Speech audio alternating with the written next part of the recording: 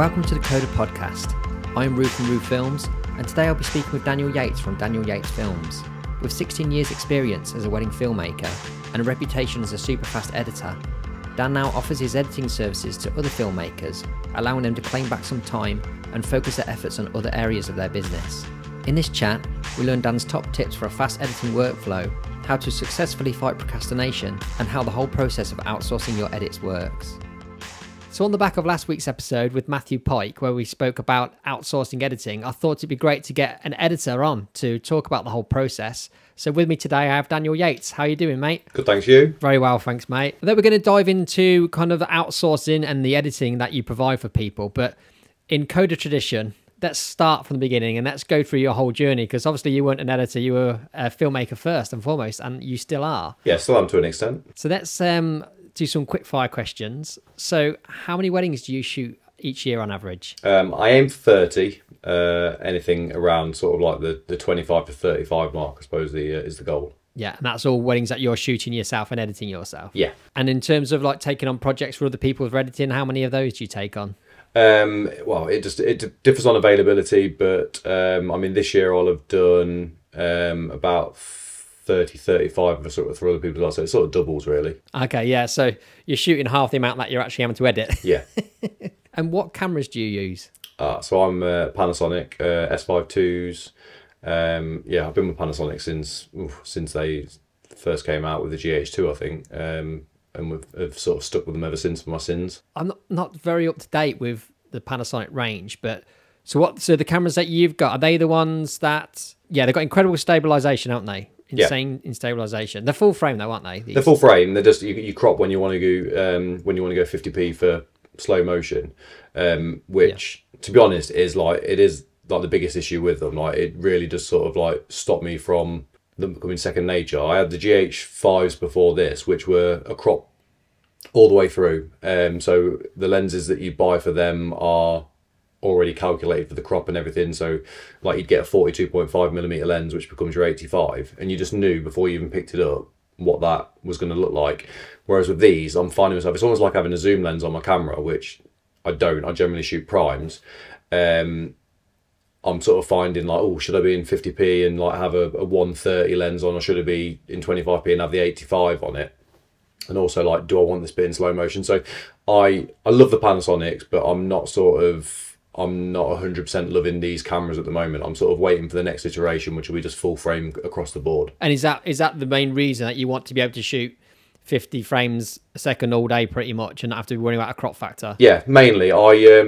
It's just easy, isn't it? Like you can forget that setting, then you know that like anything you want to slow down, if you do want to slow it down for whatever reason, you've got the option to. Whereas when I pop it into 25p full frame, it looks absolutely like the image. I don't know what it is. It just looks so much better. Yeah. But yeah, then I'll come to the edit and I'll be like, oh, that bit could do with slowing down, or what for whatever reason, maybe it's a detail that could do with being steadier by slowing it down, or just a confetti or something like that. And if I've left it in 25p, I'm kicking myself at that point. So it's yeah, at the minute it's a bit of sort of a mid ground between this and hopefully they'll release like the S1H, which is like their flagship model Mark II, and that'll be just full frame across the board then. And how are you choosing? Like for me, for example, I literally shoot the whole day in 50 frames a second just to make it easy on myself. And then in the edit, I'm conforming it to 25, so it doesn't have that 50 frames look if I'm not slowing it down. How are you kind of determining what bits you're filming in what format? Are you just doing the majority of the day in 25? No, so it's down focal length choice really. So if I'm in bridal prep, like I used to always shoot 85p, like, you know, like sort of coming off the back of the Phil White inbreeding scheme. 85mm? Yeah, 85mm. Shot that all day long on the GH5, but then I came to this camera and put the 85 on. Obviously when I want to go into 50p, it becomes a 130 or near enough. Which obviously, you mean in bridal prep or in certain situations, 130 is just too close. So then I've got the 50mm lens now, which is great for bridal prep. But then I find myself sort of too far away from the action when it comes to drinks reception. So as I say, like I'm having to sort of like film my way through the wedding, and depending on how much space we've got, depending on the venue itself, I suppose, just making sort of the educated decisions which lens I think suits the job at the time. Which again, it's sort of it's added a level of like second guessing to the day, which I never had before. So yeah, so it's like I say, it's transition period. I'm loving the cameras. Like the IBIS in them is absolutely amazing. No fear of overheating. I mean, I hear so many times about people shooting on the Sonys and then it's suddenly flashing up with needs to restructure your card or whatever, and like that just like puts the fear of God in me. Yeah. That dreaded message. Yeah. Or Sony shooters, we've all had it. Yeah, but then at the same time, like when I edit other people's footage, which obviously we're going to talk about in a bit, and they're using the Sonys, like the footage just looks beautiful, like in its log format, like the shallow depth of field, just the way it comes out, it's got a certain look about it that is yeah, it's really nice. So I think if I'd have maybe had my time again, would I have gone down the Sony route? I don't know, potentially, just to sort of, I suppose, not be on the outside of the in group. But yeah, Cool I do, but yeah, I like being the the indie kids with the Panasonics, the hipsters with their panties. little dicky bow. And talking of lenses, what is your favourite focal length to shoot? So 85 is my favourite. Like I just love the way that looks, and generally I know exactly what that looks like before I pick it up. So yeah, that's my favourite. But between I've got the 24, I've got the 50, and I've got the 85. So sort of between those three and the crop, I've got like 6 lenses in my bag in the space of 3 lenses. So in some ways it's a blessing, in other ways it's a second-hand guessing curse. And what's your multicam kind of setups like for the ceremony, for example? What kind of focal lengths are you generally, and what kind of positions are you generally working with that? So I generally shoot main camera. I'll put the 50 on, and then probably run it in 50p, so it becomes a 75. And then I sort of plonk myself sort of as far into the corner of the front of the ceremony as possible.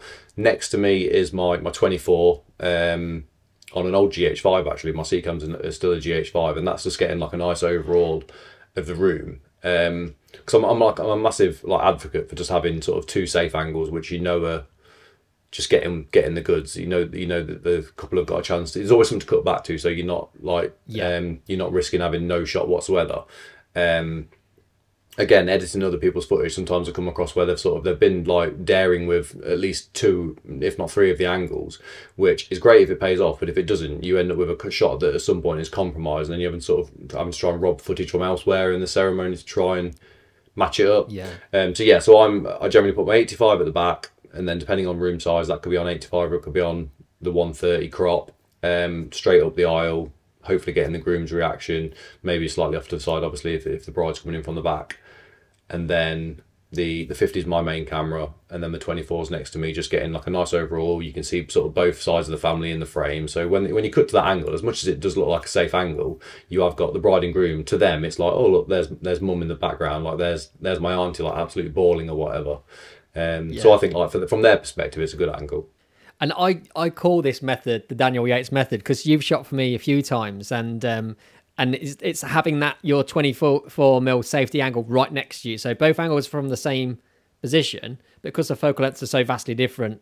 It's a nice cut, but it's so easy to operate with, isn't it? And I do that myself quite a few times. Because quite often if I've got that 24mm at the front, usually I put it on the opposite side to me, but more than half, I'd say the registrar ends up standing in front of it, even if you've had that conversation before, and it usually becomes a dead angle. So having it next to you, you know that's a safe shot. And then you can even be a little bit more experimental with your main camera then, can't you? Because you can see that your safety is fine. So if I sort of think there's space to get across for the groom to be, for it like personal vows or whatever, I'll use that opportunity to head across with the 50mm and sort of shoot both sides of that, and just knowing that you can sort of check in and go, yeah, the 24mm fine, I know that's got a safe shot. I can then be a bit more cavalier with it, because I generally shoot the whole ceremony assuming that the back camera is just not doing anything.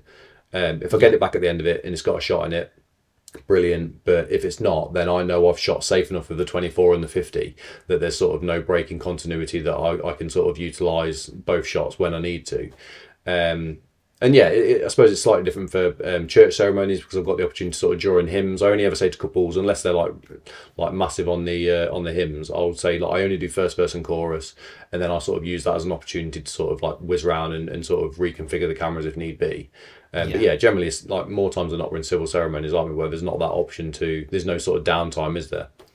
No. So yeah, so I sort of just play the whole thing as though the camera at the back's doing nothing. I've not even turned it on, sort of that mentality. And then I shoot really carefully with the 50, sort of just knowing that every time you're moving around, that shot's useless. So it's trying to sort of minimise the amount of sort of downtime you put on the camera. Yeah, it makes sense. And like I say, I after seeing you do it for me before, I thought I've started using that myself. And there's certain venues where I know I'm going to be doing that method straight away because it works perfectly. Like Meal Barnes, for example. Yeah, and don't get me wrong, like if I see other people's footage where they've boldly put like a 50 or an 85 on their second camera and is pointing back at the groom for the groom's reaction, I am like massively envious of that. But I think I've just been burned like too many times over the years to sort of take that chance. I'd rather get them like a safe, solid ceremony than a shot that, because at the end of the day, like with video, it's different to photo in the sense that the groom, he might turn around and cry at the bride, but he's always going to turn back at some point. So you're still going to see his reaction to things. Yeah. So you're not missing anything. You're just perhaps not in the most optimal spot to get it. But I think in some ways, like safety over creativity at that part. And I guess as well, at being an editor, you have to edit a lot of people's multicams, don't you? Yeah. So you see all the flaws and errors. So what are things that people are continuously messing up for their multicams? I think that the main one, and we're all guilty of it as well, because we sort of laugh and joke about it quite a bit, is like you've got a perfectly good shot and you go and correct it for like no reason whatsoever. You go and alter the focus slightly, or you're going up and down like the shutters or the ISO, just to like change the light slightly, even though it's a perfectly good shot. And especially when like you do it and you leave the shot in a worse state than what you came across to it. Always. That's always what happens. Yeah. You can guarantee if you've messed with it because you're doubting yourself, you look in the edit and you've always made it worse, haven't you? Yeah, and I think as well, like I suppose taking the opportunity to sort of pivot round to see something else when someone's perhaps talking about someone else in the speeches, and if you can't do it in sort of a speedy enough fashion and get settled really quickly and get that reaction and hold it long enough to sort of see out the duration of what the content is, then you've wasted the shot because it's not usable for the entire time you're faffing around. So it's sort of, I don't know, I think sometimes we forget that it's not just what the camera's doing. Like you got to listen to the content that's going into it as well. So if the groom's sort of talking about someone and you don't get the camera around to them until he's finished talking about them, you just got a random end shot of that person while he's on to someone else. So it's sort of it's gauging your bets and and sort of deciding whether it's worth the faff to do it. Like the risk of sort of losing. You need to make sure you've got a really safe shot of the room if you're going to be then using your main camera to try and get reactions, haven't you? Yeah. And so it's during speeches, like when I'm filming for myself, I'll generally sort of try and have I don't try and isolate the person too much that's speaking. I like to, if I can, sort of have like the bride and groom just off the frame a little bit as well, sort of not necessarily their ideal angle, but so they're there as well. And then my second angle would be, so I do sort of 45s to the table like a lot of people do. So my second angle is the bride and groom, and I try and get sort of the majority of the head table in as well, because at some point the groom's going to reference the parents that are on both sides of the table. So again, it's like so not necessarily for the feature. I suppose sometimes you want that isolated person a bit more, but I just think the audio is really crisp, and that's what sort of is where the emotion's coming from. So I don't necessarily need to be like on his nose hairs. I can sort of bring it back a little bit and have an angle where I know that if I start going around getting reactions, he's still in another angle, or whoever's talking is still in another one of the angles. So I can sort of like relax a little bit, knowing that if I'm not pointing at him, he's still being captured in one of the other two cameras. I really want to bring more kind of guest reactions into my work, but I found exactly how you were saying. I found, especially during speeches, when I'm trying to go get a reaction, like I don't get it quick enough. Yeah. or the other day I had one where he was talking about his granddad. I focused in on his granddad, who I thought was his granddad. Turns out I had the completely wrong person. Yeah. It was the other guy sat opposite him. So it's a real risk, isn't it? So audio equipment, what are you using? TX650s. Literally, I don't sort of. I've had like the lavs over the years and stuff, but I just found that as soon as I bought them, they just do a job, don't they? Like the audio to me is probably 80% as good as perhaps a lav, but they just like the ease of walking up to someone and just clicking it to them is like. To me that's more important in some ways than just like the 20% quality difference in the audio itself. Right, so let's go into your journey of how you got here, Dan. So, and I know it was quite some years ago, wasn't it? So how did you get into wedding videography? When was it? So I officially started in 2008. I filmed my first ever wedding back in the late 90s, I think. It was when Armageddon had come out. So what's that, 97? Because they absolutely... I know that because they absolutely love the Aerosmith song and wanted that as like the soundtrack to the film. So that was a family friend. I'd always had video cameras, like in the family we had a video camera. We filmed like, my 20s are like heavily documented from us all just making like home videos and stuff.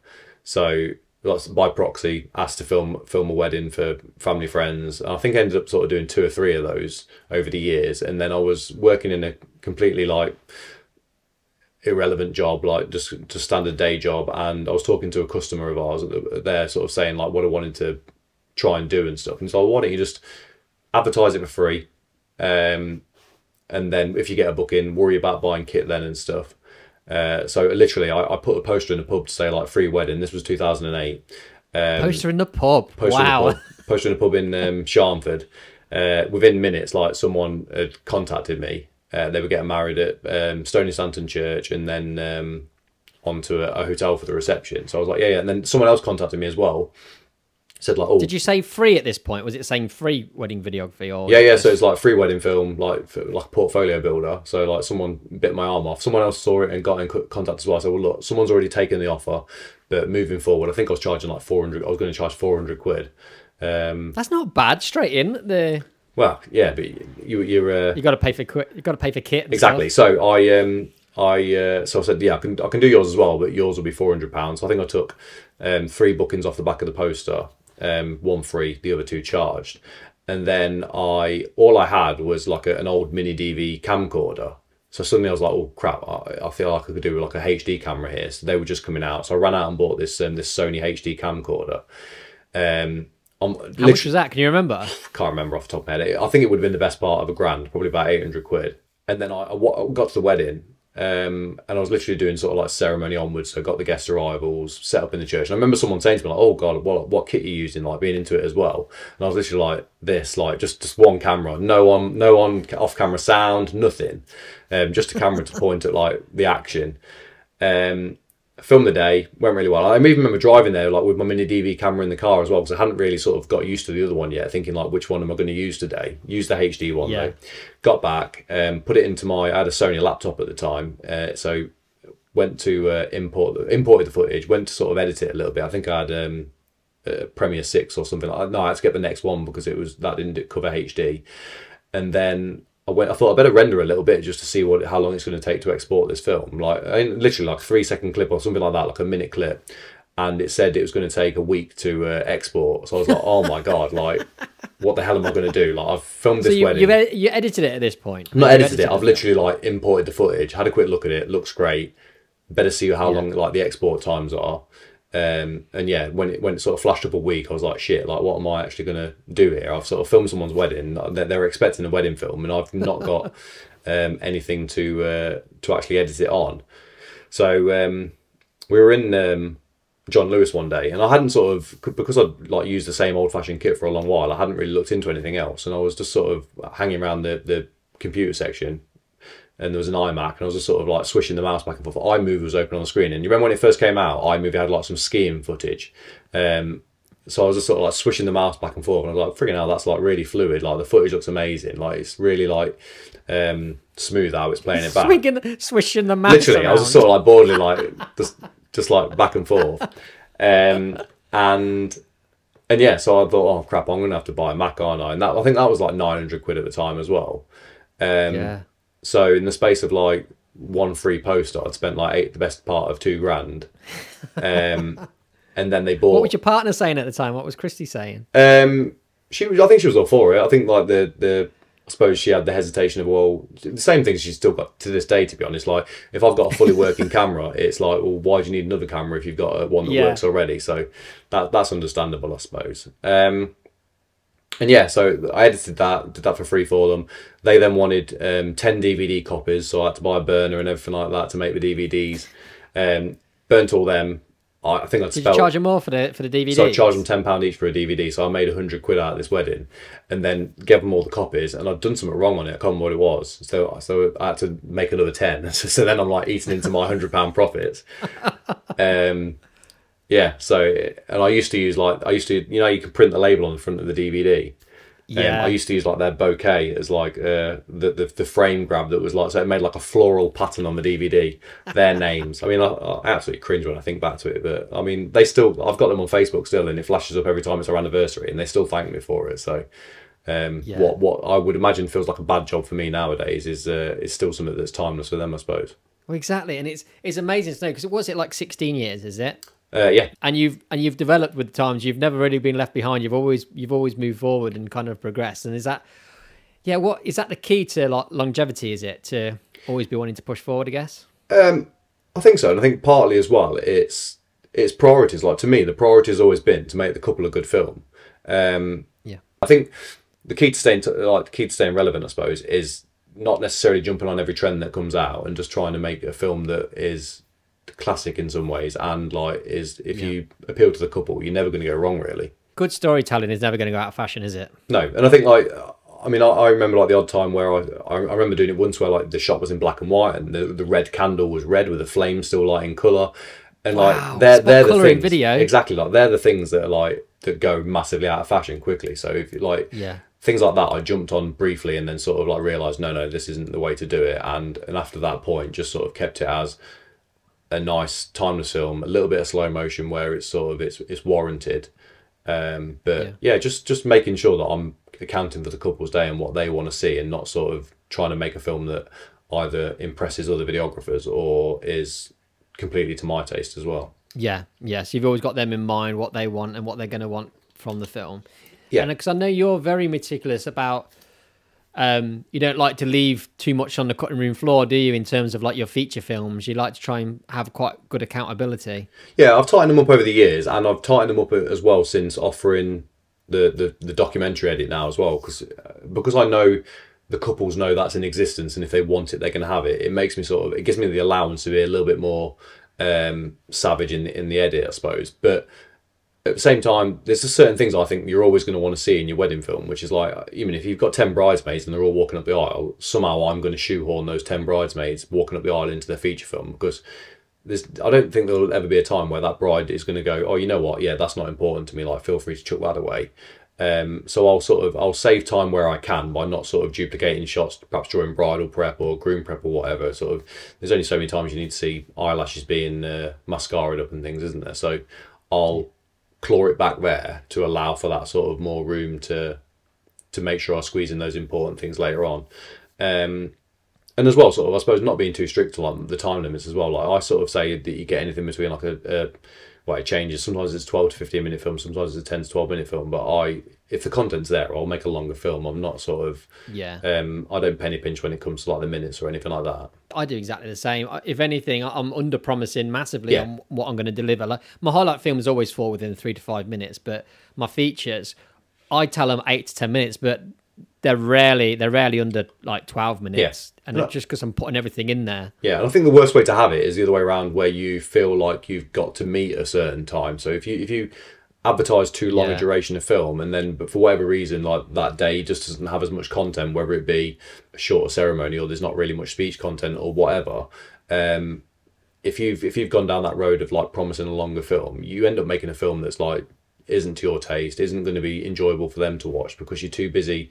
Like, there's too much you've had to sort of like extend out, drag out, to try and meet that time limit. So I think, like you say, under promise, over deliver is definitely the best way to do it. Yeah, that's so true. There's times when I've had it where a couple have said, oh, can we have the film this length of time instead? And I'm like, yeah, sure. But then I won't ever do that again now, because I have my time set, because I know how I like to edit and how I can structure a film well, where I was literally dragging sections out just to make, almost like when you're doing an essay at school and you have to get the word count in. Yeah. It's writing nonsense. I was editing nonsense in there. And edits it's kind of the education we need to give couples, that time is not the value they're getting. Yeah. Because an edit can often be better being shorter. More often than not, to be fair. Making a film shorter makes it better, doesn't it? Yeah, I think so, yeah. Especially because like there's only so much different content on a wedding day anyway. So anything like beyond sort of a lap of drinks reception where you've like sort of accounted for most bases, all you can do then is go around again, and not a lot changes in that time, does it? So until something different happens, like you quickly get bored of something. A good sort of reference to it is, I always remember back in the day, I used to love a good old action film, like back in my teens. And I remember watching Con Air for the first time, And What a film! what a film! But like that bit where he walks down the plane tunnel after he asked him to put the bunny back in the box, and it's like the guitar music ramps up. He's in like slow motion walking down the thing. I remember thinking like, I want this to like last even longer than it does. Like this scene's epic. And then I did a college film when I did media, and I was like, right, this is my chance now. I can do the slow motion. Like I can get my actors to do a slow motion walk for as long as I want. And I put it in there, extended it. I was like, this is bloody tedious. Like it's like there's a reason why things are short. It's to leave you wanting more, isn't there? And sort of that little exercise sort of made me realise that it's everything's got a time. And I always sort of like try and explain to couples why I only stay like up to an hour after the first dance, or when I've got enough dancing footage. It's because like a photographer could take 1,000 images of the dancing, and it doesn't matter because the couple have the choice as whether to look at that photo or skip it or go back to it or whatever. But to get to the end of their film, they have to go through the dancing footage, don't they? So by me putting too much in for the sake of putting too much dancing footage in, like you find them then like, come on, like let's get to the end now. Let's get to where it closes off. So there is like a sweet spot of like what to show people to keep it entertaining and keep it engaging and like make it enjoyable to watch, rather than here's everything I filmed, like have at it. And again, that's what that doc edit's for now, so I can sort of like rest comfortable knowing that they've got that if they want to watch that. So for videography, what are your packages? What are you delivering, and what's the costs? So I do pretty much a base package, which is you always get the highlight, you get the feature film. So the highlight's like say anything between 3 and 5 minutes. Feature film, depending on what my brochure says on any given day, it could be 10 to 12 or it could be like 12 to 15. I dabble in different things depending, and then you get the full ceremony, full speeches.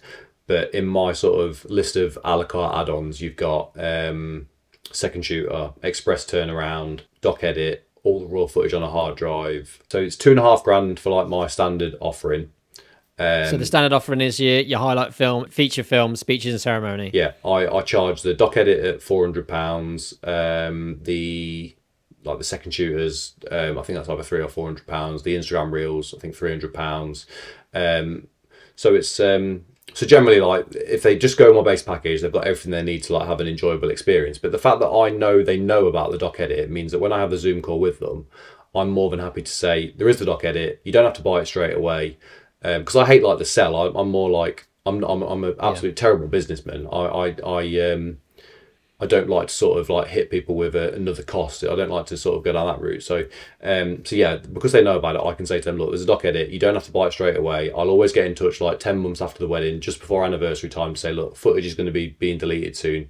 Would you like to buy it before it's gone forever? And also it gives me the option like at Christmas time, Valentine's Day, around those times, if I'm sort of like down on work a little bit or I've got a bit of dead time, I can sort of go, look, I'm doing a bit of an offer at the minute, 10% off the doc edit if you want to buy it at this point. And it just gives me something to play with, really.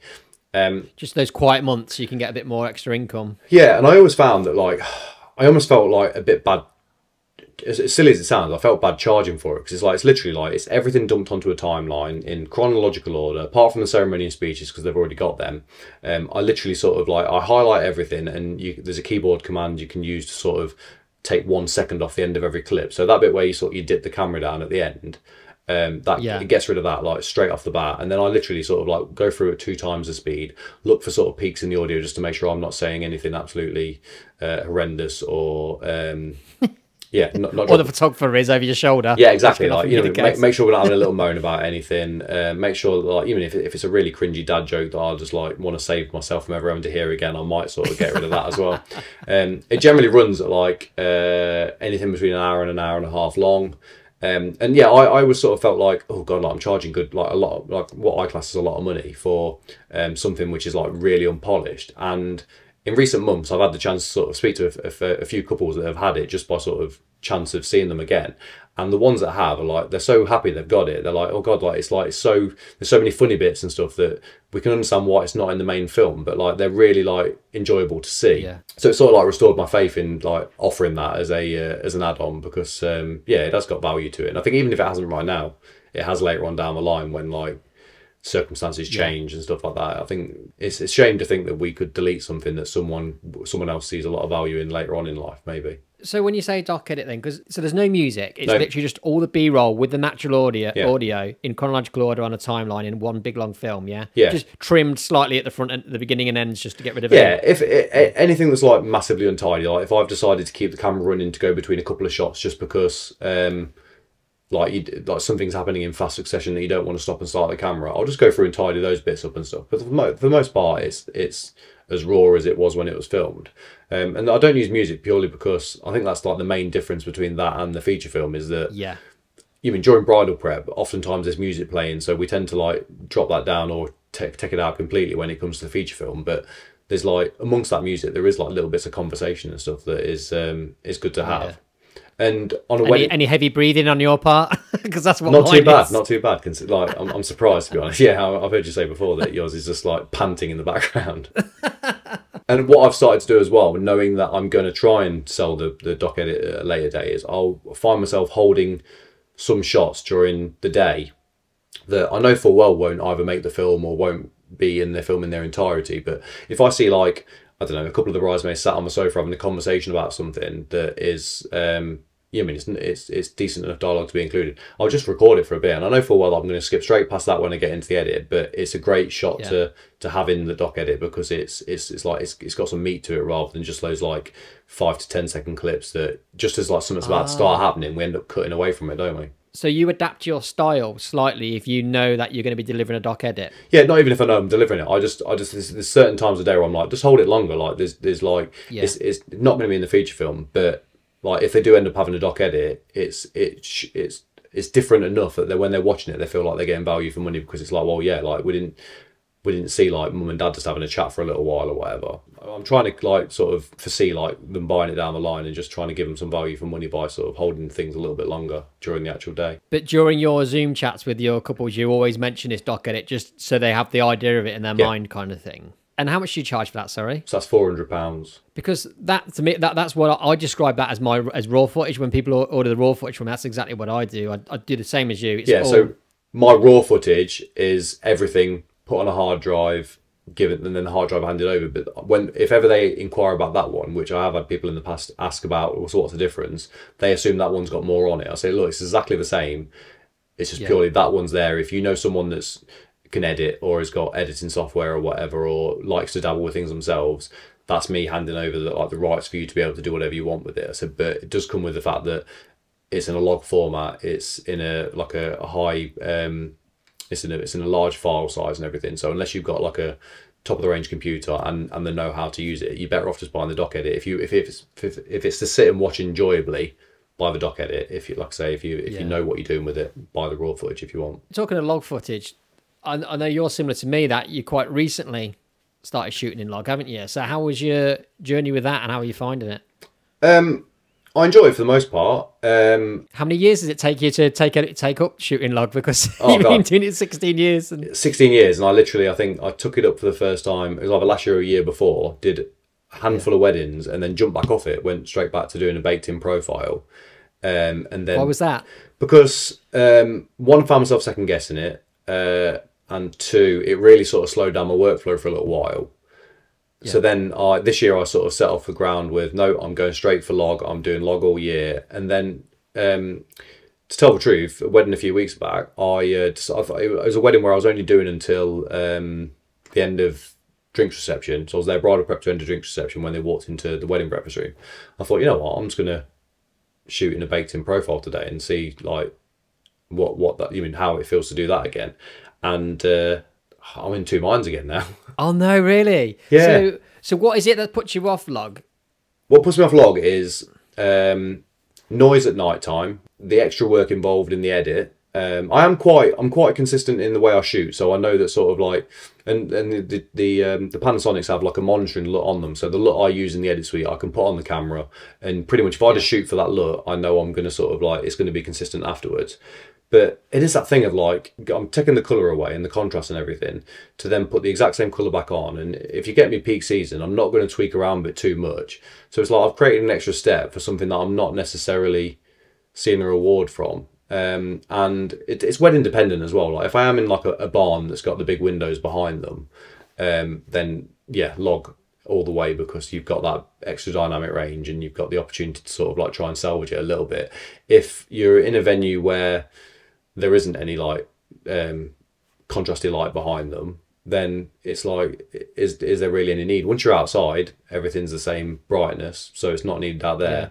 Yeah. And the baked in profile as well just gets really nice sort of vibrant punchy footage, which I don't think you necessarily get with log. You get like softer footage, don't you, which you then have to put a bit of work into sort of make into something vibrant. I think like if I was a couple, what would I want to see? Would I want to see like nice soft cinematic log, or vibrant punchy colourful standard profile? So I'm in two minds at the minute. I've done a few weddings since where I've shot log again. I've got a wedding this Friday, and I'm half tempted to shoot Cine D again, just to see like one last hurrah, see which one I'm enjoying more. For me, like I'm enjoying it for the most part. I mean, in terms of the post-production, I've got my presets saved for it now, so it's absolutely fine. It's not really much effort. I love the flexibility I've got, and there's those certain shots every now and again where it saved me, you know, when I need to pull some highlights, especially an outdoor ceremony. It's brilliant having an outdoor ceremony shooting in log, because you know if you're in the kind of ballpark, you're all right. You're going to be able to recover it to a certain extent. The only time it's tripped me up though is when I've accidentally gone onto the wrong ISO.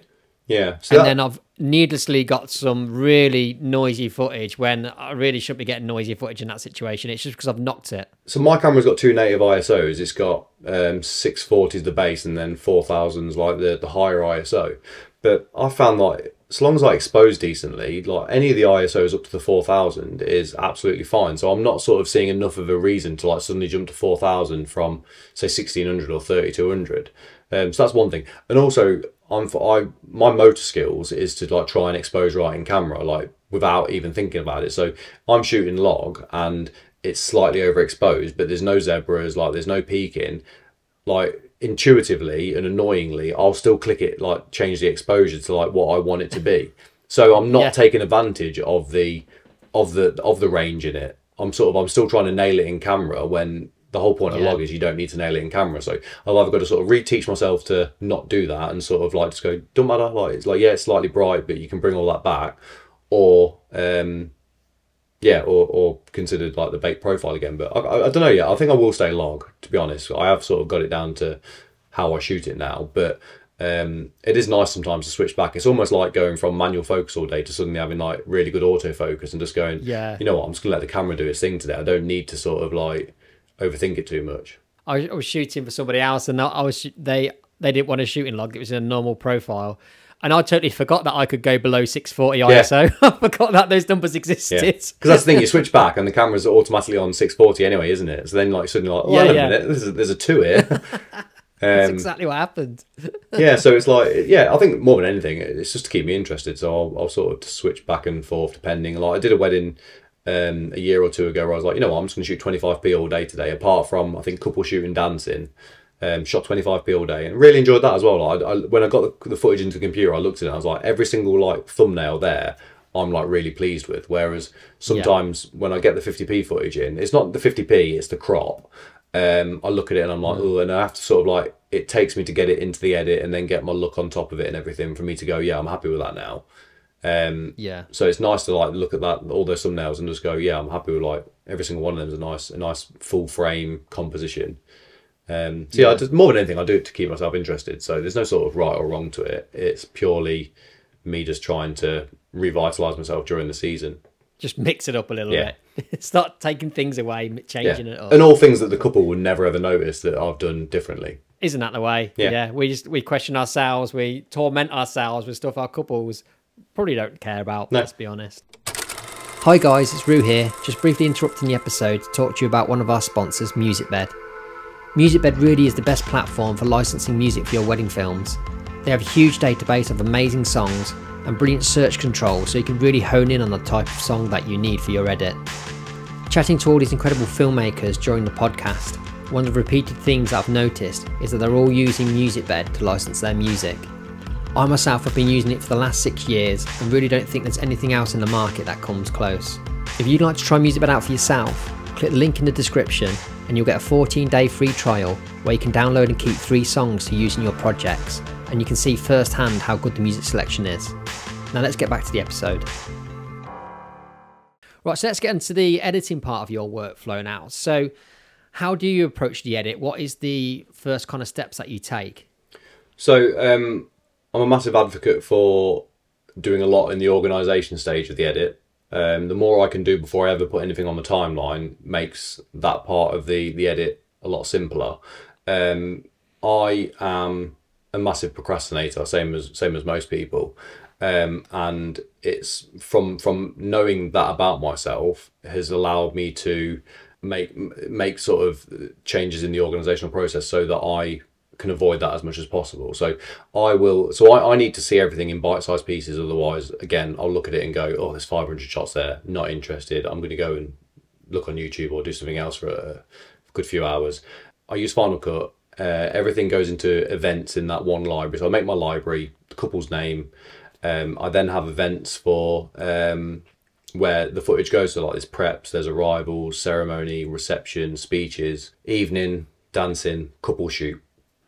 Taking it back a step, when I first get the footage back to the computer, I've got an app called Post Haste, which it's not necessarily necessary, but it just works. So I use it. It creates a templated folder structure. So I literally click on that. It comes up in sequential order. So it's the next number in the sequence.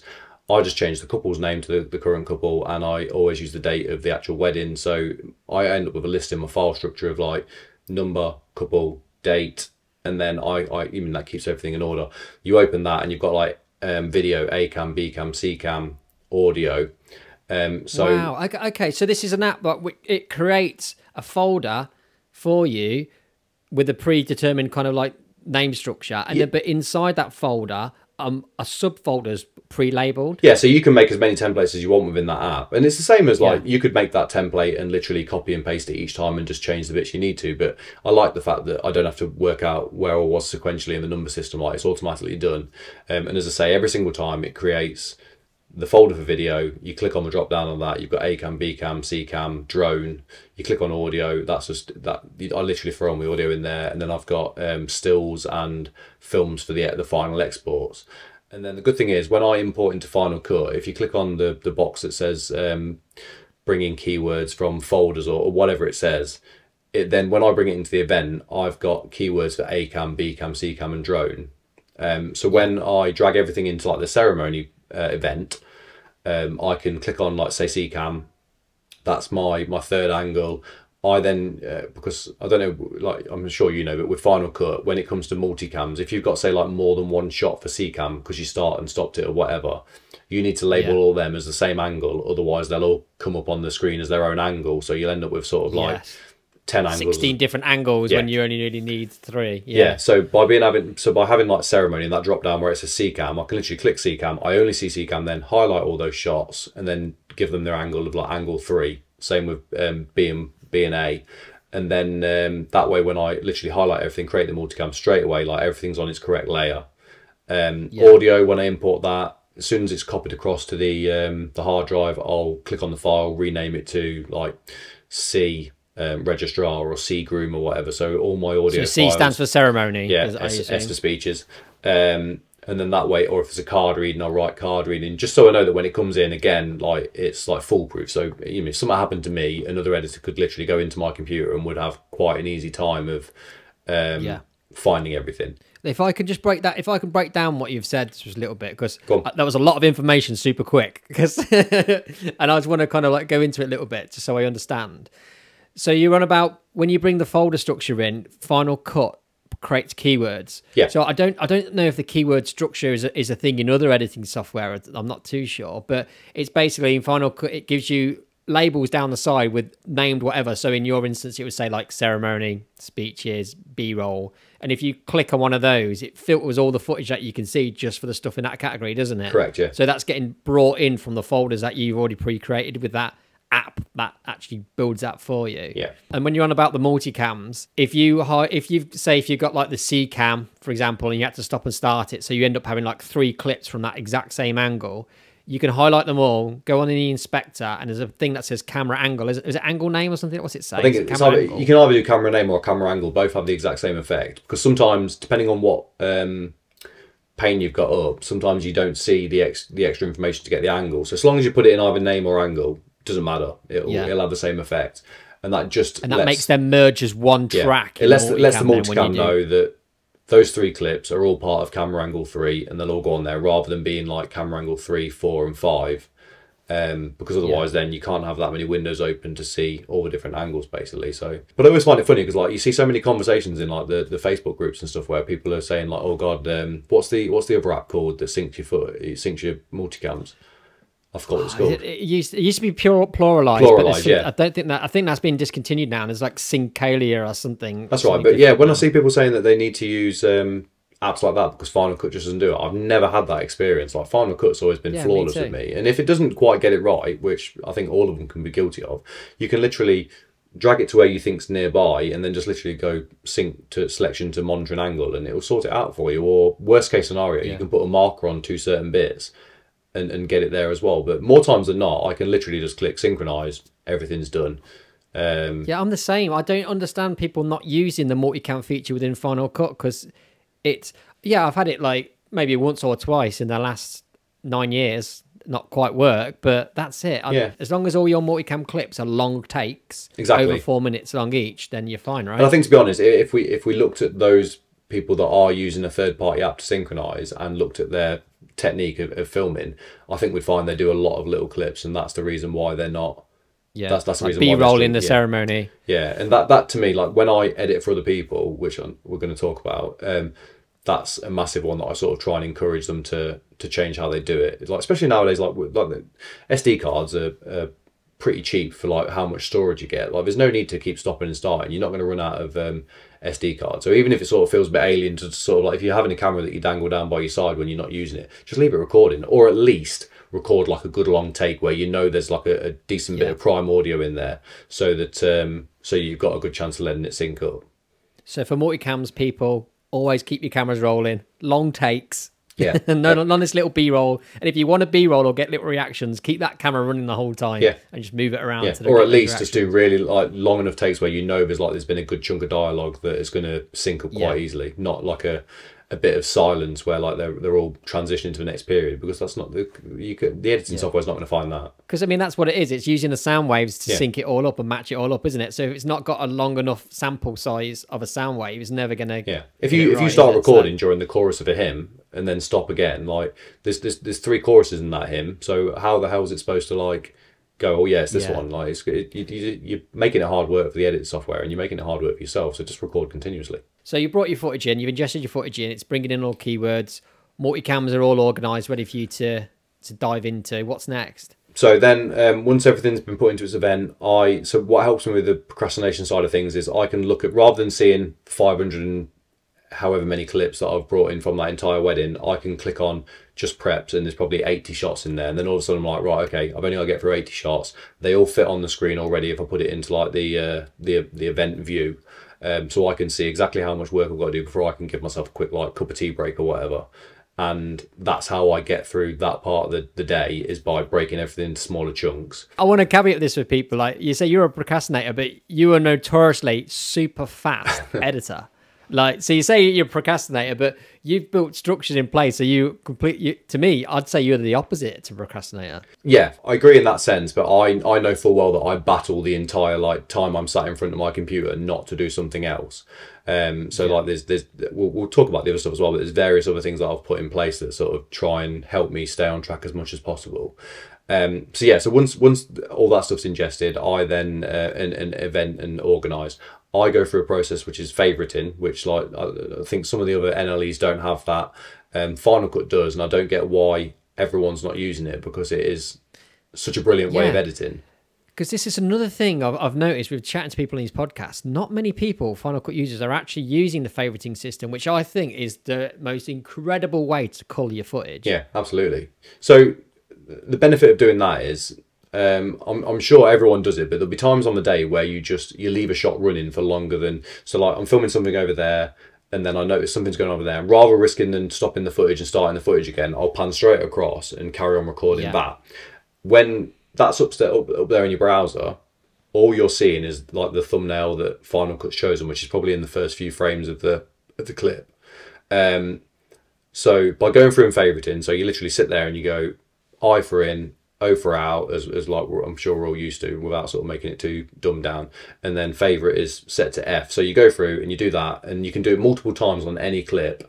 And then when you're done, like when you've gone through everything, you can literally click on like show favorites only, and that one shot that's perhaps got 3 favorites in it because you've panned around so much, then becomes 3 shots, and it's 3 thumbnails for it. So you can look at your browser and know exactly what shots you've got to work with, and you've gone through and favorited as well, so you know exactly what, you know, everything that's left is decent footage, so you've not got to like sift through like the odd shot where you don't want it at all, or shots where like you've been recording the ground because you've forgot to stop it and stuff. You've sifted all that out, so all you're looking at now is like a list of, say, I don't know, 300 odd thumbnails, which are, you know, is all good content. So that's like a great starting point then to move on to the next step. And in a grid format rather than in it, because what a lot of people do, I think, is they'll choose their in and out points and then they drag it down to the timeline. Yeah. So they end up with a timeline with all the footage with in and out points. But by doing it in the favoriting system, you're dragging through the thumbnails, you're selecting each section that you want as a favorite, and that can be multiple sections from like one long clip, like you said. Like for me, for example, confetti, I usually, as they're walking down, the first section of the walking down the confetti run is good. Then they get too close, so I have to then run back a bit further. So there's that bit in between where it's shaky. But by doing favoriting, it will split that into 2 sections, and I can see them as thumbnails. And then when you, like you say, you filter it, don't you? So you only then see the favorite sections that you've chosen. Yeah, and then the absolute best bit to me is once you've done all that, the sequence. So if you hold down Shift or Command, and then you literally like look at the browser and go, right, I want that shot. The sequence that you click all those shots in, regardless of like where they are in the lineup, when you then put them down to the timeline, they come down in the order that you've clicked them in. And then you can even I didn't know that. Yeah, and you can even like say like you cock one up and you think, oh god, I've like clicked 20 already and I don't want 21. As long as you click that one back off again and then click another one and then click that one again, it will still keep the same sequence. So by the time you bring it out, so you can almost like sit there and cherry pick like, oh yeah, I want a shot of her, but like the next shot in the line is like another shot of the bride, similar focal, similar composition. I don't want that next. I want a bridesmaid. Say, so then you'll click, oh, I'll have a bridesmaid. Then I'll have the flowers. Then I'll go back to the bride again. So you're cherry picking your storyline before you ever get down to the timeline, and then when you put it down the timeline, you're already like you've got it in the right sequence already. So then it's just a case of going back and like refining the clip a little bit by trimming it down a little bit further. I want to try and like paint the picture of this for people just to kind of understand it. So when you've done your favoriting, you've selected your pictures, you've filtered it, so you're only showing the favorites. That is showing on the screen in a grid, like so of however. I have it set up so it's 3 wide and then all the way down. So rather than having it all dropped in a linear line, which you have to kind of scrub through to see what's there, in an instant you can see at least like kind of like 16 clips, can't you, in a grid format. So it's so easy to see what's there and what you're working with and what you're going to want and what you're not going to want. It makes everything so quick and easy. Yeah, and to me, like the biggest negative to working straight on the timeline is if you then say you work on the timeline and you go through and you delete sort of everything you don't want in your feature film, unless you've remembered to like leave a raw timeline of all the footage, when you come to make the highlight, you've only got the shots that you've kept for your feature film to use in the highlight. Whereas if you've got that browser full of like decent shots that you know are all good, say like, I don't know, say you've spent a long time on the couple shoot but you only use a handful of those during the feature film, you've not favorited anything at the top, so you've not got any of it. You've then got to go through the process of going back through the footage to find different angles and takes and stuff to use for the highlight. Whereas if you've already done the favoriting, you know full well that you've used like a handful of them in the feature film, so you've got options up there that haven't got the orange already used lining on them. So you can go, oh yeah, I've not used them 3 up there. Like, or you can look back at reception at a take and go, oh yeah, like there's a good like. I've not used sort of like 10-15 shots there, like, and let's see if them are any good before I sort of say no, I don't want to use them. So it's just I think the more time you spend up there getting everything in house and organised, the more efficient it makes you when you get down to the timeline. Because that's the other thing, like you said, like if you have used in that when the footage is in that grid format, if you have used one of those clips, you have like an orange line on it, and it tells you you've used it, doesn't it? So you know like that's already in the film. So you can. It's just a good like visual representation to say like, yeah, I've not really like used much of bride prep at all, or I've like used a load of bride prep and I don't know, not a lot of groom prep or whatever. Like it just gives you like a good visual way of seeing where you're at quite early thing. The only thing I wish Final Cut would bring out in an update, which I don't know if they will without sort of some, like a lot of people sort of asking for it in support, is I wish you could in the browser, once you've done all your favourites in the way, but I wish you could sort of unlock rearranging clips, so you could literally sit up there and just keep like moving everything back and forth, and literally like you make a storyboard for the entire wedding film up there, and then just go right, plonk it down there. Yeah, I think that would work better for me. The way my mind works, that is so much better. I work better in kind of grids than I do, and like working with a storyboard. Literally, a storyboard is in a grid in a way, isn't it? Yeah. Like a kind of like comic strip format, like how you'd often put a storyboard together. And depending on like, it's never one linear line, is it? No, and depending on how like you have your timeline set up. Like I have my timeline set up quite zoomed out, so there's no, you can't see anything on the thumbnails anyway that for each clip that's down there. So you're having to go to each clip to sort of get a good idea of what's on it before you can do anything to it. So yeah, I think it's just easier to work in the browser. Like it's clearer, it's easier, it's more organised, and it puts you in better stead when you get down to the timeline. So at what point are you doing the culling first, and or what do you start with? Is it culling? So I'll favourite first, then I'll do the ceremony, and then I'll do speeches last, because when I do speeches last, I like to as quickly as possible. So when I'm multicamming the speeches, as I'm going through and changing angles and all that jazz, every time I get to a sentence or a paragraph where I know it's going to be decent content for the feature film, I'll press M and put a marker at the start of it.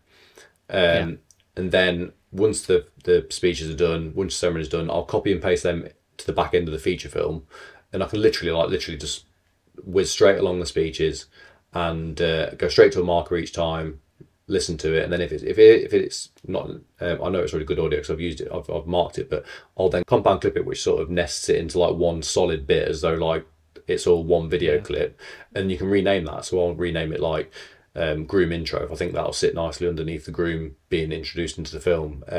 Father and bride aisle. I mean anything, or groom closing speech or whatever. And then when that's done, again, I've got a visual representation in the feature film timeline, but also again, like if you make a compound clip, it puts it in the browser as well, so you can always cherry pick from there if you wanted to. And then I just literally drag that underneath where I think it's about going to go in the film. So at this point then, what's on you say you put it into your feature film timeline, what's on at this point, what's on your feature film timeline? Is it just an empty timeline? You just going back a stage then. So I have in my movies folder on my Mac, so the default movies folder, where you have if you've got Final Cut, it always creates like an untitled library file in there, doesn't it?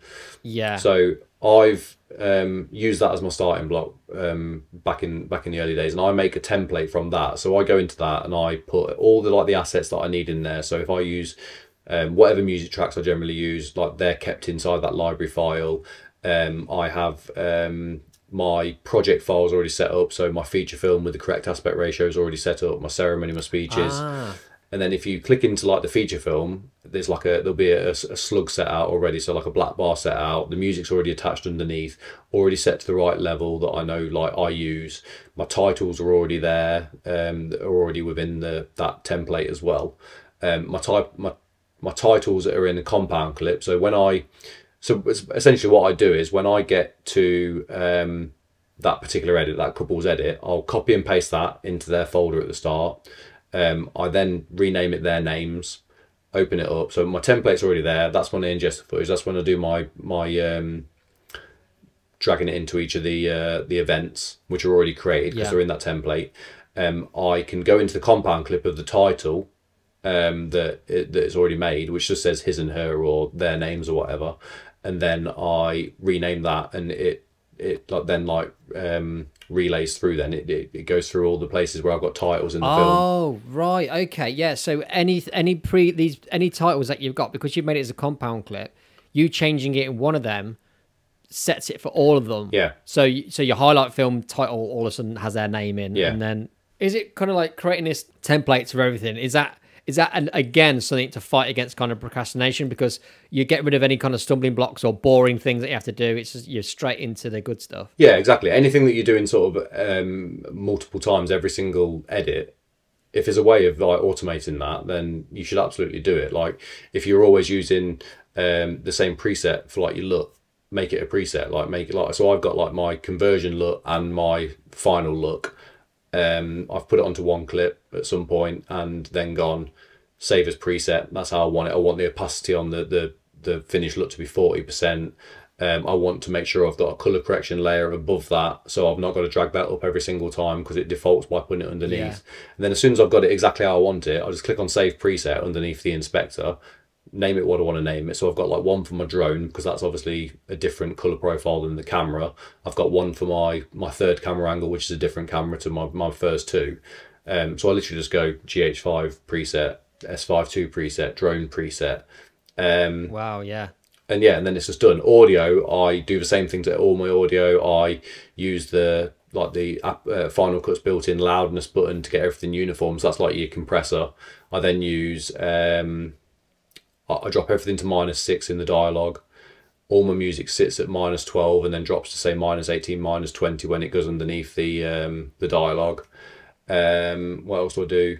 When it comes into like the feature film, I don't use any voice isolation in the ceremony and speeches video files, because I sort of like leave them a bit, not rough and ready, but I just you want the laughter, don't you? You don't want that laughter drowned out for the actual speeches video. Yeah, and the couple know that's like a documentary edit as well, so like they're not expecting it to be sort of too polished, I don't think. So my feature film, like when it comes to dialogue in those bits, I will use voice isolation in there, because I'm only using smaller segments then, like so like the bride's vows, picking up off the groom's mic, I use voice isolation, and then like I can raise her up a lot more than what, if you go above 0 without voice isolation, you're just bringing in all the room noise as well. Whereas if you've used voice isolation first and you take it like to +4, it's like it's still crisp. So so I do that. I'm trying to think what else I automate. So the title, like I say, is in the compound clip.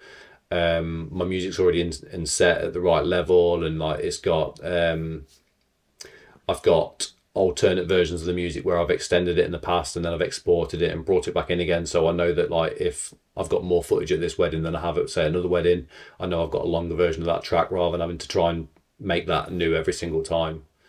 Wow. And is this something that you would, so this whole system that you've got built, you've got this library, it's got all these presets built in there for you just to slap on, you've got your kind of projects all laid out, right aspect ratios, music in there ready, titles. Is that something you'd build for your clients as well when if you're doing kind of regular projects for them? Yeah, so I work with them to try and come up with a template that works for what they send me as their example film. Yeah, because otherwise... Sorry, when I say client, well, I need to clarify. When I say clients, I mean as in your other wedding videographers that you're editing for, rather than your wedding couples. Yeah, couples don't get involved in the editing usually. They just wait for the film to come through. We'll go into it further, I suppose, but I let them select. They send me what music they want me to use in their projects, like whether that be sort of like just one setup or multiple setups, and then I'll say then, okay, so which like soundtrack do you want me to use for like this next couple? And they'll say it's an upbeat couple or it's a certain kind of couple. I then know which feature film version to use. So like if you go into like if you were to go into like my movies folder, there's like the Daniel Yates films template, there's client whoever template, another client. So I just literally copied their particular project over to their next wedding edit. I mean, it's a great shout, these presets. It's something I've only just got into. Like I'm literally talking like the last month or so. Yeah. Because there's so many things I'm doing all the time. Like for example, my titles, I'm always putting a fade in at the start at the same time. I was putting those keyframes in. I was putting the same kind of ease in.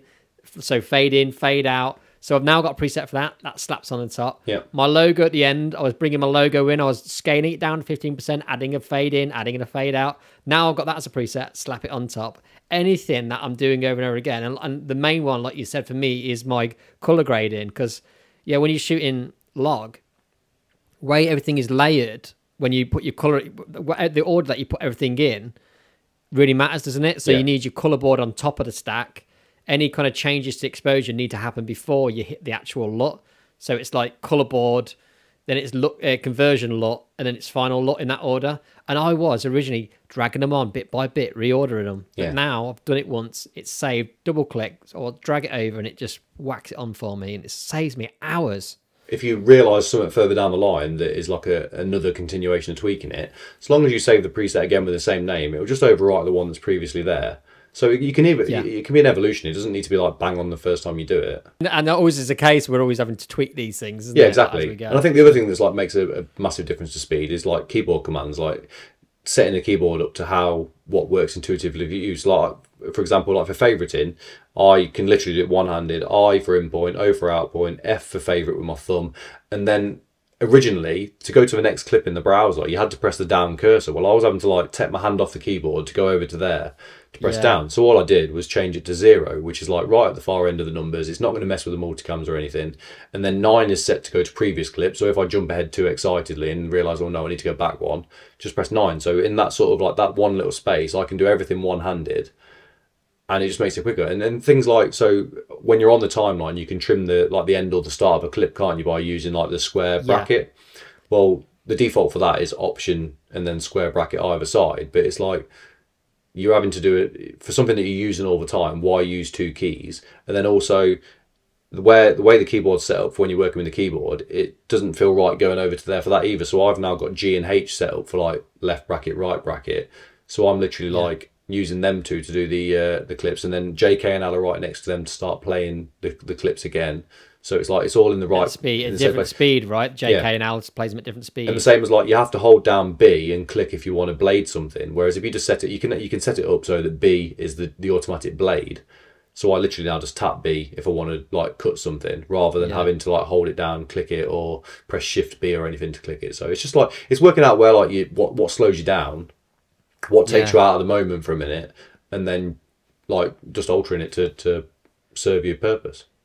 Because it can sound a bit over the top, can't it? But honestly, these little micro adjustments, where you're clawing back seconds, add up so much over an edit. Like the way I've done it for my favoriting is I've set Q for in, W for out, and E for favorite. And they're like right next to each other, the 3 keys right next to each other. So I go like, and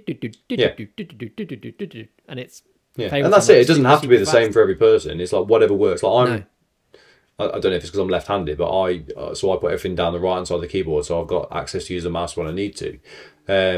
But yeah, like you can literally like you can make that keyboard work to however you want to get the job done. Like I've got 6, 7, and 8 set up to like for different desktop views of the app. So if I want to be in color grading, literally press 8. No, press 7 and takes me straight to that. If I want to do the event work, I press 6. If I want to get back to the default, I press 8. And it's like I'm never going to have, as far as I can be aware, have 8 camera angles at a wedding, so I don't need 8 multicam tracks like to go through. So I know that sort of end of the keyboard is redundant with whatever it is. Yeah, because pressing the numbers switches your angle for a multicam, doesn't it? So like that's the only reason you'd not want to change your numbers. But like you say, you're not going to need up to 8. Yes, it saves time, but I think it also like if you get into a point where like everything's going really smoothly, and then suddenly you're like, oh hang on, and then like it stops you for a second, and before you know it, takes you out of the zone. Yeah, and that's like the key, isn't it? To staying in the zone, staying kind of like in focus, so you can crack on with the work. So back to where we were. Like we took a bit of a tangent, massive tangent, but a massive tangent. Yeah. So you're going through. You've marked up moments during your multicams that you want to then put into your feature. So you're dragging them in, and your feature is set up because of the template you've got. You've got your music tracks in there. Titles are all in there. So you're then bringing in those sections of speeches which you've labelled like groom intro or whatever, and then you're dropping them on the timeline in the position where you think you want them to go. Yeah, and I used to be like even more anal about it. I used to literally have like the keyframes and the audio level dropped at certain points of the music where I knew it worked well. Already? Yeah, but that... I found myself getting to a point where I was being too specific, and if the wedding didn't marry up exactly how it did to the wedding of the template, so if he didn't have any groom prep, like it literally went from bride prep to arrivals or whatever, like for whatever reason it didn't match in the same way, it wasn't hitting right anyway. So I got to a point where I was like, no, I'm not going to be that strict about it. I still want to make sure I'm making the best film for the couple and not too templated. In the same way that although I've got my music tracks set out, I have got a folder of like other tracks to use if I don't feel like they match that particular wedding. So it is templated, and it's like, it's all there to make me work as fast as possible, but I do allow sort of an amount of flexibility. So I'm not sort of like trying to make every couple shoehorn into like, this is my film have it how it is. I do like to sort of like... You're not trying to force every wedding into a certain box or make it look all a certain way. You're allowing some flexibility in the creative process. Yeah, because as well, like if you get card readings in the morning, that drastically changes like the bridal prep and whether or not you need to really put any like speeches in there and things, doesn't it? So anything like that where it just doesn't fit the norm, if they're singing waiters, like that changes things as well. So like little things like that, I've just sort of in the end I've gone, you know what, I'll get this template to a point where it's like it makes me fast, but I won't make it so fast that it doesn't allow any sort of room for flexibility. Yeah, that makes total sense. Yeah. So then you're dropping those bits in for your. So I'm assuming it's like kind of almost 3 sections. You've got your prep section, you got your ceremony section, and you got your reception party section. Is that how? And each one of those sections is a song. Is that? Yeah. So I generally do prep section, which gets me up to everything bar bride putting a dress on and arriving at the ceremony. My ceremony track's like quite so that first track's like quite gentle, not too upbeat, not too sullen or anything, just sort of like a nice even tempo. Then it cuts into like a softer starting ceremony track, so like bride's getting into a dress, then the aisle, and it builds and builds and builds, and it gets like that particular track gets quite big towards the end, which crescendos with them having a kiss and either them walking out or whatever they're doing at that point. And then my reception track, which is the third and final track, that sees me through then to the dancing. But the first part of it's a little bit like lower, a little bit of dialogue comes in there. They walk out, confetti, into the drinks reception, gets to a certain point, sort of halfway through the track, they make their way into the wedding breakfast, like everyone's applauding that bit. And then depending on the wedding, like I've either got some evening footage or I've gone straight to dancing. And again, I'm happier these days to suddenly go, you know what, I'm not using any of that evening footage, that can be for the doc edit, because I know like it's just replication, isn't it? It's replication of the reception but in bad light. So I'm a lot more sort of like savage at getting rid of that, and then I then just like hit the beats and like let the film carry out on the dancing. A little bit of couple shoot at the end as well, just to see it nicely closed off, and try and make sure that I hit certain emotional beats, like to make sure that like the film like it has a strong ending rather than just like here's dancing to see you off to the end. Yeah, and I think that's the thing with these feature films is I see my feature films. I know I say it on all the podcasts. It's my accountability. Like that is where the majority of my footage is going to go in a nice chronological order, and I template into a certain extent because weddings themselves are templates. They all kind of play out in a very similar way. And if the wedding doesn't, then obviously I'll completely mix it up, and that's fine. But we're not doing anyone a disservice by templating these, but they're the hardest thing to get down, aren't they? Because I find once I've done my feature film, creating my highlight is so easy because I'm just literally going through that feature and selecting all my favorite bits. But that's when I do get creative. I get creative in my highlight film because I can do what I want with that because I've been accountable for getting footage of absolutely everyone on every little bit that I think they'll be interested in. Yeah. Is being in that feature film. And I think in the editing process, doing that feature film is the hardest step, and it's the bit that where everybody stumbles at, and it's the kind of part of the job that most people would like shifted off their hands as well. And I know that's a big part of what you offer in terms of your editing services, isn't it? Yeah, correct. So so with the editing service, I generally pretty much 10 times out of 10 at the moment, I will do the feature film, ceremony speeches, and sometimes clients like will multicam the first dance as well. I'll do those elements through to like pretty much completion, depending on where we're sort of agreed between us to leave it. I then give that back to the client. We're in an XML format, so they can just import it straight into their exact same setup project.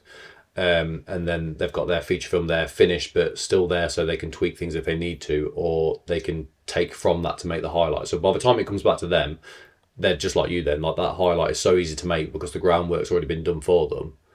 It takes away like 90% of the job then. Like they literally get it back. I've just got to make a highlight. Just got to perhaps add my colour to the film if that's not a stage that's been given to me, or I've just got to tweak my audio levels to how I like them again if that's not been handed over to me. And then like do the highlight, job done. What was initially like sort of a week or a 2 week job for them becomes a day, 2 days. And that's the beauty of it as well, isn't it? It's the best of everything really, because like if your feature film is not a massive creative piece anyway, it's accountability. all your kind of artistic creativity goes into your highlight film. Yeah. So you still have your hands on that. You still have your hands on the final product as the videographer. But you are doing the hard work for them, getting it out of the way. They get the last little bit. They get to do the kind of the best bits, basically, don't they? Like the highlight's the bit that if we could get away with it, all of us would just make a highlight, wouldn't we? Because that's where we get to show the absolute best of what we want to show. We don't have to put in any filler to sort of like please the couple or to meet a certain duration or anything. I think if everyone could just say what you want to make, you'd make a highlight, and that'd be it. So by giving that the legwork to someone else to do. Imagine like if you could do that for every wedding, like you could literally shoot more weddings for a start, because you wouldn't have to consider how long your edit's going to take, and like the job doesn't become a factory in some cases. It doesn't become assembly line as it does like for most of us when it gets to peak season. We're all just trying to stay afloat, aren't we? The edits are racking up in the background. We just become basically data storage in the summer, don't we? While we're sort of collecting all the weddings together. Exactly. And then autumn comes and you're like, shit, I've got 10 weddings on backlog. I've got no idea like how long they're going to take. Like couples are starting to message to ask where the stuff is, and imagine like opening your computer and like there's an edit waiting for you. Literally all you got to do is a highlight and just hand that back. How long would it take you to turn around the delivery that you usually do, which is your multicams, culling, creation of a feature film? How long would that take? So if it's a standard wedding, it takes me a day. Like I can do the multicams, I can do the feature film, I can do all of that can be literally completed in a day, XML back. And the only thing that takes the time is obviously where that fits into my schedule of getting that work done. Which between me and the client we establish like, okay, so when do you need these back by? And then we plot them out on the calendar, and they know exactly when they're going to get their work back, so they then can if their couples come on and did ask anything, they can go like your film's being done this week. Like they don't need to know that I'm doing it, that your film's going to be completed this week, you can expect it on Saturday or whatever. And it just like it gives us all like an employer in some ways. Like I've got a boss telling me when they need their edit back, so again I'm working to a deadline, which then takes away procrastination because I know when it's got to be done by. They've got a date to work to as well, so they know to sort of have everything ready by that time as well. And it's a good way of sort of keeping us all on track, I think. Because it's amazing, really, because we keep mentioning that word procrastination, and I know that's something that we all struggle with, and I find it brutal because it's a creative industry. It's so hard to be creative all the time. But this time of year, we have to be, because we have to get these films out the door to stay on top. When that creativity is not hitting you, that's when procrastination comes in, doesn't it? And it kind of takes you out of the moment. Like you're almost begging to be distracted by something at certain points. That's how I find myself. I find it really interesting that you've kind of put strategies in place to battle procrastination, like putting these templates in, presets, and that sped you up to an insane amount with your editing, which, because you're then known as a fast editor, that's when people started contacting you, right, to start editing for them? With me, I just found that I sort of likened it back to when I was employed, and I thought, well, I never really procrastinated when I had a job, and that's because I had a boss like at the other end of the phone asking me why something wasn't done. So in my head, all I needed to do to stop myself procrastinating was to give myself a boss, and whether that's like with my own edits, the wedding couple and my boss. So what I do with them is I will message them to say your film's going to be ready by this date. This is when you can expect it.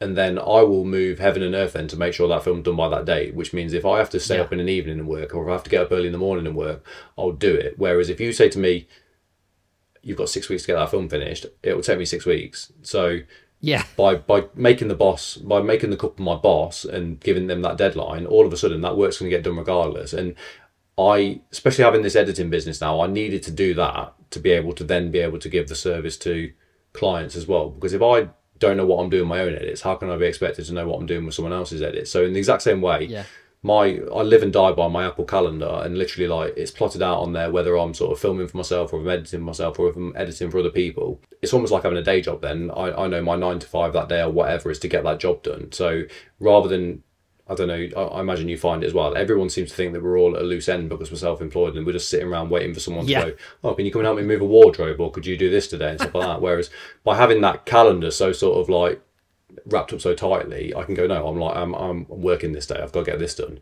And it's that's another way of keeping me on track, basically. So kind of enforced deadlines has really helped kind of keep you on top of everything. And that's one of the... Yeah, because there's no room for procrastination then. I've known you for a long time now, and I would not consider you a procrastinator at all. So it's really interesting on this chat to hear you say this.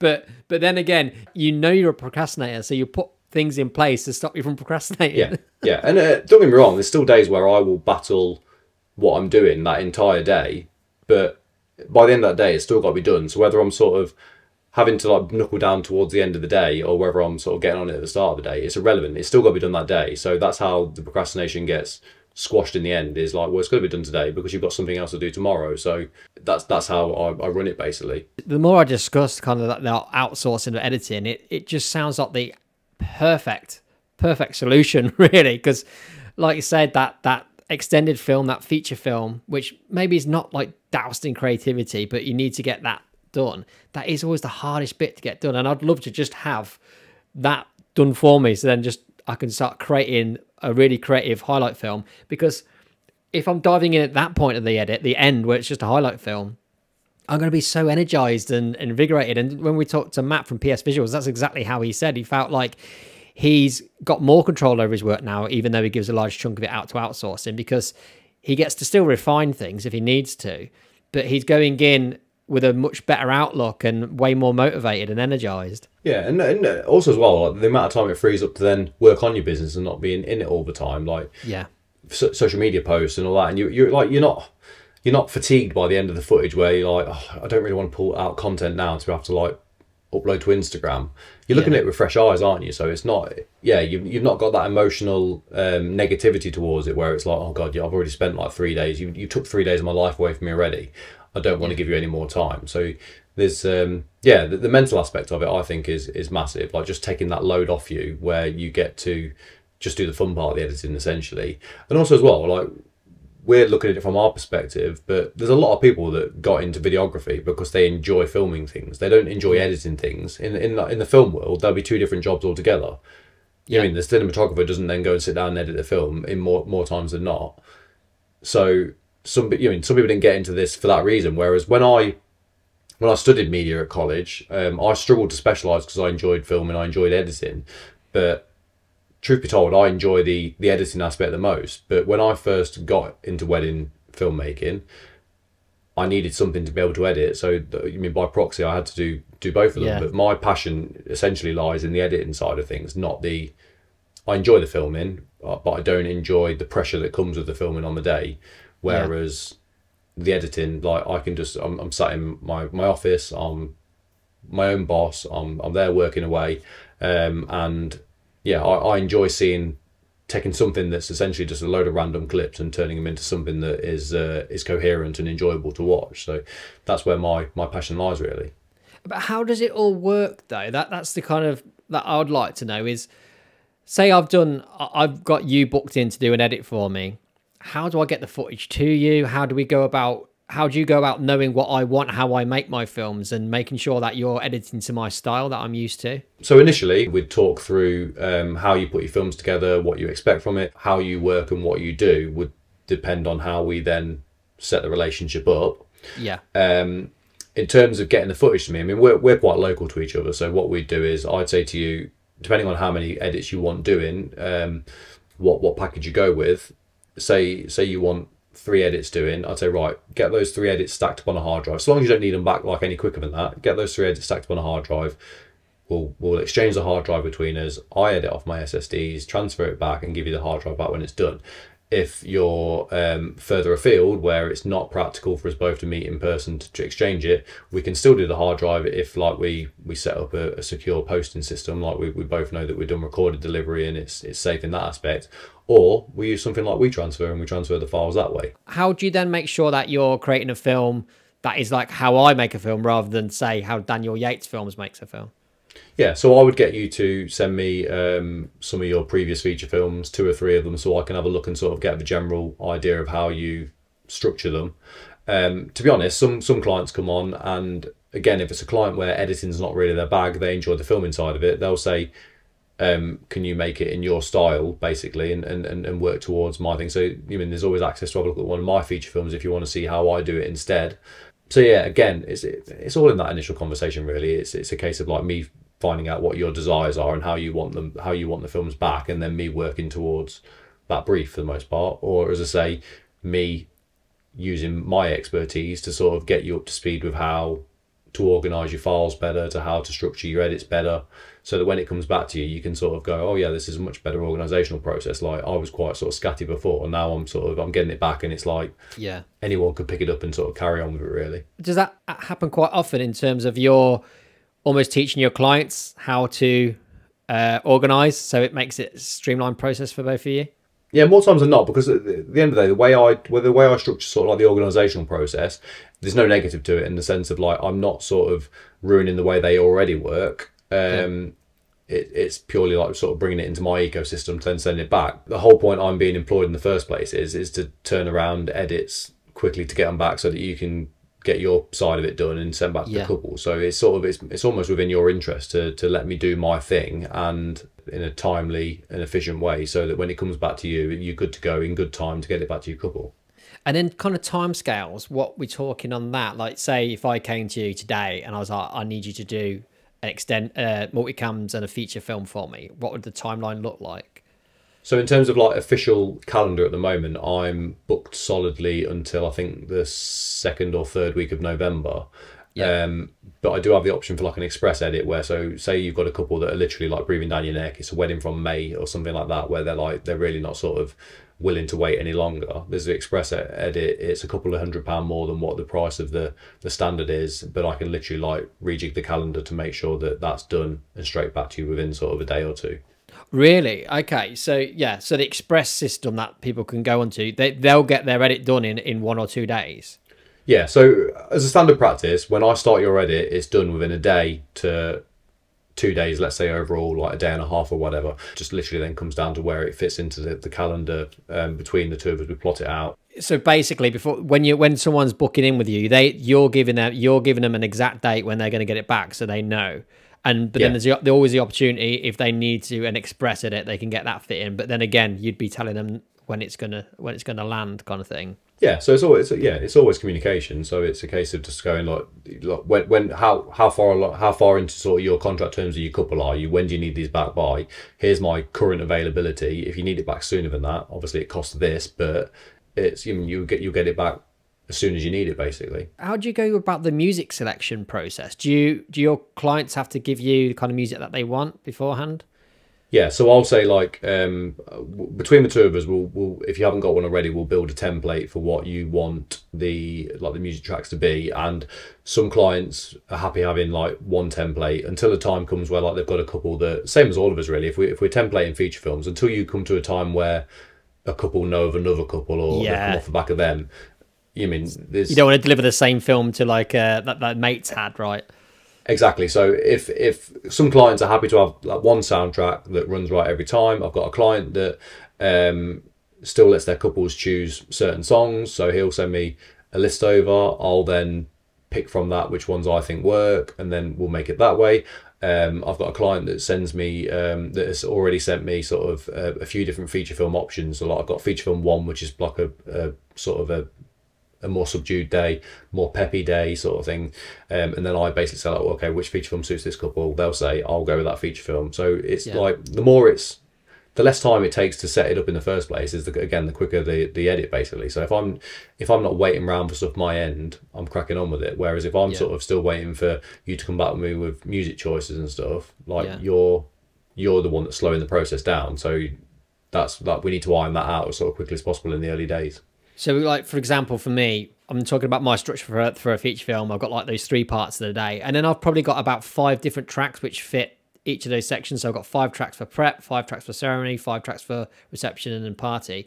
Could I give you that bank of songs and then leave it to you to pick and choose which of those songs? Yes, absolutely. So what we'd do is we'd set up Roof Films folder structure. I would have all those tracks that you've got ingested into there. They'd be into folders for prep, ceremony, reception, however you want to do it. So I'd look at the footage that you've got for preps and say, and like generally, if you've got 80 to 100 shots, that works for, say, like a 3 to 4 minute track. If I look and you've got 150 shots and you're someone that wants like the majority of those shots including the thing, I know not to go and grab like a 3-minute track. I know to sort of hope that you've got a longer one, or if it's going to be something that happens continuously, we then sort of we make the track longer by extending it in certain ways, and then I keep that as a templated option as well. So like we do that early building process. I know what sort of your overall duration of film is, so I know to work towards that scheme as well. Yeah, so once we've got that template in place, it's like we're good to go then. But yeah, if you want to give me a bank of songs instead to sort of decide each time and make it unique each time, that's not a problem, so long as I've got that bank of songs basically. So yeah, it's all in those early stages, and then from there on we work to the brief that we've got between us. So the client can almost determine the amount of creative input they want you to put into the project itself, or how much they don't want you to have into a certain extent. Yeah, in a perfect world, from my perspective, obviously, I would have literally one template per client that I could literally, until the day comes where they need to swap that out, use that. I know I'm good to go every single time. I can crack on without having to bother them, without having to try and make sure I can get a hold of them. If they're on holiday, I know I can sort of just crack on with the job. But I'm also sort of, I can empathise the fact that people want to make sure they've still got their stamp on things and stuff. So I'm more than happy to deviate and use different tracks if they want me to do that. Yeah, I mean, this all sounds too good to be true, mate. So we're gonna have to talk pricing. So what are we saying? What are you what are you charging for this? So for an individual edit, so you get in touch, you want just one edit doing it, it's £400 if that's the standard turnaround time where we agree a date. If you want it expressing, it's £600. And then obviously if you want, so I've got a client that wants to give me all their weddings moving forward. We then work out sort of a retainer scheme where they basically pay monthly for the overall cost of the year sort of thing. And again, that comes with like a little bit further discount because they are, it's essentially it's income I can forecast then. Oh, okay. So yeah, so if I'm sending you one edit, and when I say one edit, that's going to be a feature film and multicams. Yeah. And that's finished to whatever extent I want, really. So it could be the case that I don't want you to do the colouring. I want you to leave the colouring and I'll do that. Or what don't you do, basically? Is there anything that you don't do? Can you go all the way to the end with it, effectively, for that £400? I can. It purely comes down to looking, I suppose, that initial look at your footage and how you do things. If you're someone that sort of films wildly in exposures and stuff like that, then I'm going to sort of not necessarily draw the line, but for that price point, I'm going to draw the line at, okay, so there's a lot of colour work here involved, but that's not sort of within the standard day turnaround. I need longer to be able to tweak everything. Yeah. So if it's a case of once everything's done, I've got my look preset that I put over the top. That generally gets me there 90%. I need the odd shot that's like moved up and down in the aspect ratio to make sure it fits right. Anything like that is fine. Anything that's like minor tweaks that gets the job done in the end is all within that price. Like if it's a case of like, I like my audio to sit at a certain level and then it drops to a certain level of dialogue, absolutely fine again. Anything that sort of goes beyond that is then a case of either you need me to sort of just quote it bespoke basically, or you have it back and you carry on from that point onwards. Yeah, to do like those final tweaks. Okay, cool. Yeah, and those things as well. Like once I've literally put all like the ranges in for dropping the audio, if you've got something that you do slightly different to it, if you use compressor or anything like that, then even if you've not necessarily set that up, between the two of us, we can set that up so that you know what you're doing. So when you get about, like I say, it's not always a case of me doing 100% of a job. Like if I've got you 90% of the way there, like that's a massive step ahead of what having to do 90% of that job already yourself to then have to do it. So you're still getting that opportunity to look at it with fresh eyes and just do those final refinements, get to look over to make sure everything's all right. Yeah, absolutely, because you can go blind to an edit, can't you? You look, you're staring at it, you don't see anything, but as soon as you see that with fresh eyes, like you'll see any mistakes and so you're basically going to get the best versions of your films ever, because you're going into it at the last stages. You've handed it over to them. They're going in at the last stages to kind of just refine it perfectly. Okay, so that's £400. And then if I come to you and I'm like, I need this doing tomorrow, there's a possibility with it. If you have the availability, they can do the express turnaround. Extra £200, and it's squeezed in the following day. You mentioned that was one of your clients wants you to handle all of their work for next year. So say if I was to come to you to say that I wanted that, like I want you to handle all of my work for next year, all my edits, how would that pricing structure work? So in that instance, we'd set up a bespoke price for the overall job. So obviously some people shoot 10 weddings a year, some people shoot 40, 50 weddings a year. So depending on what your business structure is and how many weddings you shoot, that would determine the overall price. And then once we know that, we basically then set up a monthly direct debit and as a retainer, and you just pay the division of that that price throughout the wedding season or the year then basically. Yeah, so it'd be whatever the fee is for however many weddings it is divided by 12 basically, and then I'd just have to pay that monthly fee, and then you're constantly you're handling my edits for the entire year. Yeah, carefree, just doing your highlights. Yeah, loving life. Loving it, yeah. And then, would I use that spare time to go out and shoot more weddings, or would I be lying on a beach somewhere? Yeah. This is the opportunity. You've got more time to do more work if you want, or you've got more time to work on your business, or you've got more time to have free time with your family, haven't you? That, at the end of the day, that's what it all adds up to. Absolutely. And it's it's really kind of inspired me to speaking to Matt Pike about how he set up his business. And not that I'd want to be doing his numbers, but the idea of offloading parts of your business, you're not relinquishing any creativity because you're still getting your hands on the final bit, and you're still getting to get dug into the films as well. It's just a lot of the initial stage, which can be a stumbling block, is taken away. You're getting into the good stuff, and you're fresh, your mind's clear, you're getting to be more creative, and you're able to get straight to the fun bit of editing, and it keeps you engaged. Yeah, I don't know about you as well, but I find that if I shoot weddings in quick succession, you get into the zone in the filming side of it as well. Yeah, and you get to a point where you're like, you know what, I'm comfortable going out filming a wedding every weekend. What I don't like is that backlog of weddings that are building up in the background, and every time you're at a wedding, that's a day wasted where you could have been editing it, or the day afterwards where you've got your wedding hangover and you don't feel like doing anything. Well, if you've got me in the background, like on the hamster wheel, going at it, getting the edits done on those days where you're not, when it comes to those days when you are ready to edit, like the bulk of the work's done, you're literally getting back the highlight. You're literally getting back everything but the highlight to do, in which you've not got that feature film fatigue where it's like, oh, I've got to make a highlight now. It's literally 4 minutes of the same thing I've just made. You have got fresh eyes, and you can be more creative with that highlight, and just bring the pleasure back into the work to an extent. Take the assembly line out of it, I think. Can you actually do the highlights for people as well if they wanted that? Could that be added on? Yeah, again, like that could be added on as an extra price, but in the years I've been doing this, that's never been a requirement so far, because I do think that people want that's their stamp. That's the bit the world sees. That's the bit they want to be able to say, like, this is mine.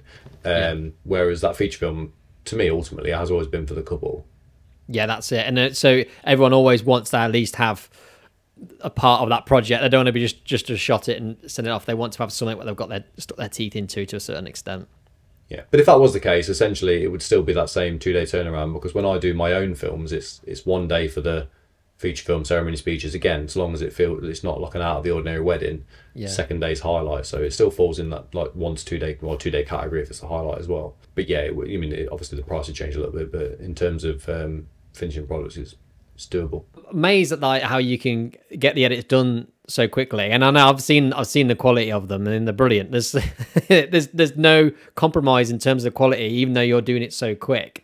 And I'm kind of interested in what are you putting in place to be able to be so quick. I know you got your templates, you got your structures. Are there anything else that you're doing to keep yourself this fast and this efficient?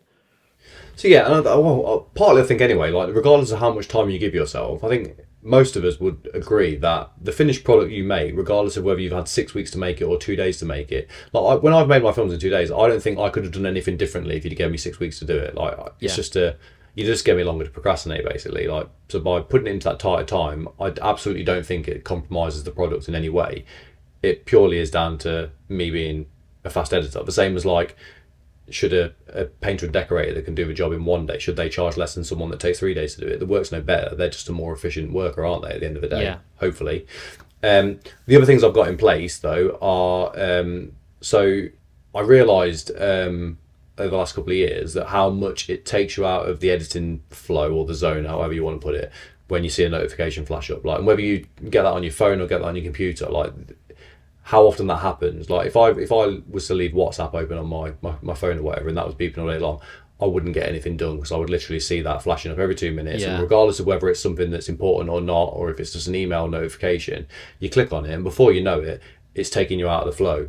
So things I do to stop that, I imagine most people Macs know, but if you use like the focus modes on the Mac, so I will click on to do not disturb for 1 hour, that turns off my phone, it turns off my Apple Watch. I'll then set a timer on my Alexa that's in the room as well, for an hour, and then I know all I've got to do is for 1 hour concentrate, and then that alarm will go off. I can go and make a cup of tea or whatever I want to do, and you'll be absolutely surprised how much work you actually do in an hour when you knuckle down and focus. Like it's amazing how much you actually get done, to the point where I've sort of got it down to, I know I can do sort of like the prep sequence of a film in 1 hour, I can do the reception scene of a film in 1 hour, and probably the ceremony and the final bit. So I can sort of calculate, okay, it's going to take me 3 max 4 hours to make the entire like feature film once the initial part's done, and that's just purely from like using the focus modes and like literally taking the distractions out of the way, and being able to like get on with it without sort of any disturbance whatsoever. And you set that timer is almost setting yourself like a kind of, in an hour I can have a treat. So you kind of exactly. Like, if I knuckle down now, I can get my treat. Yeah, but by me putting it into the focus mode and saying set a timer for 1 hour, it's just me telling my brain, right, we're getting a head down now. Yeah. And sometimes the hardest part is just making yourself do that. Like you think, I don't need that today, I don't need that today.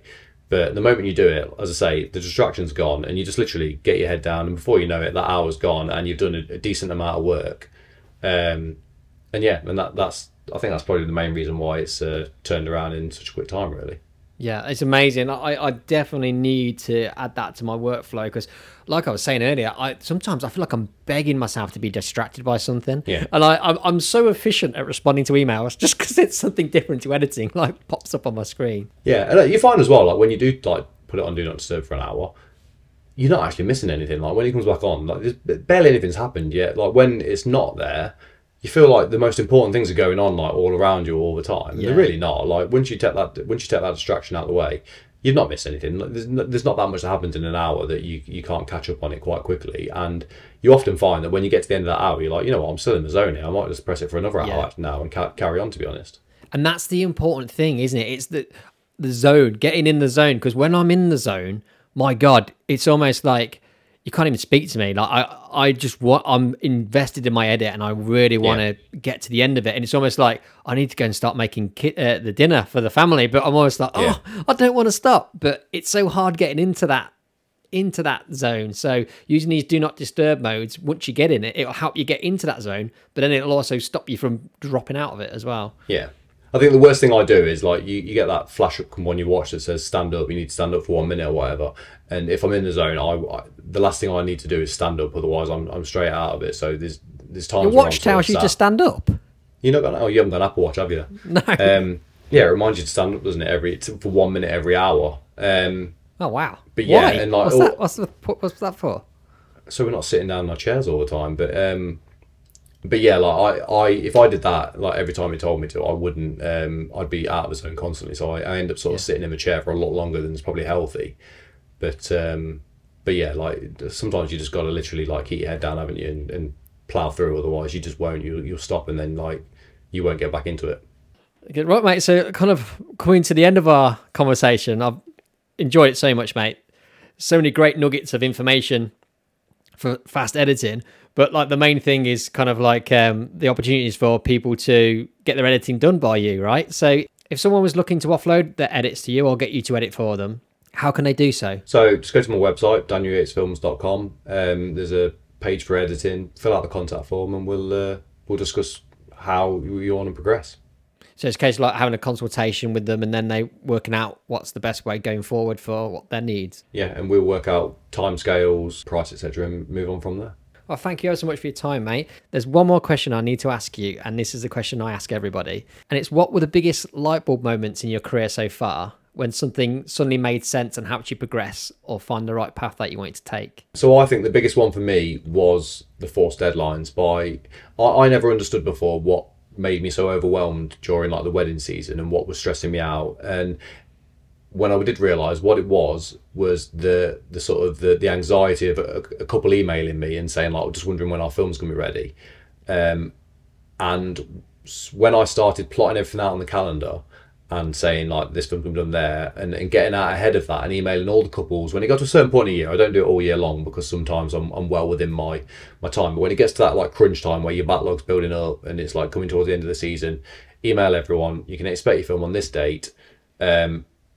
the anxiety just drops off, because you just know then you've dealt with it. Like, no one's going to come on and ask. And to be honest, 9 times out of 10, you get an email back from the couple saying like, amazing, can't wait, so excited. Even if it's 6 weeks down the line, like, they're still, because you've told them, they know when to expect it. Then there's no like unknown. And yeah, from that moment on, the moment you do that, you're literally like, you're stress free then, and then it's just a case of getting the work done then.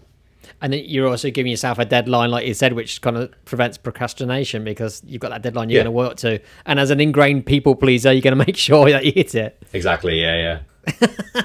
We're all guilty of it. Let's be honest. The whole reason we're in this job is because we like pleasing people. And what better way than creating a wedding film for people? But thank you ever so much, Dan. Amazing, really enjoyed it. Thank you for listening to this episode of the Coda podcast. If you enjoyed this episode and wouldn't mind helping us out, please consider leaving a rating and a review wherever you get your podcasts. We have many more conversations with inspiring filmmakers still to come, so make sure to subscribe to be notified when the next episode goes live.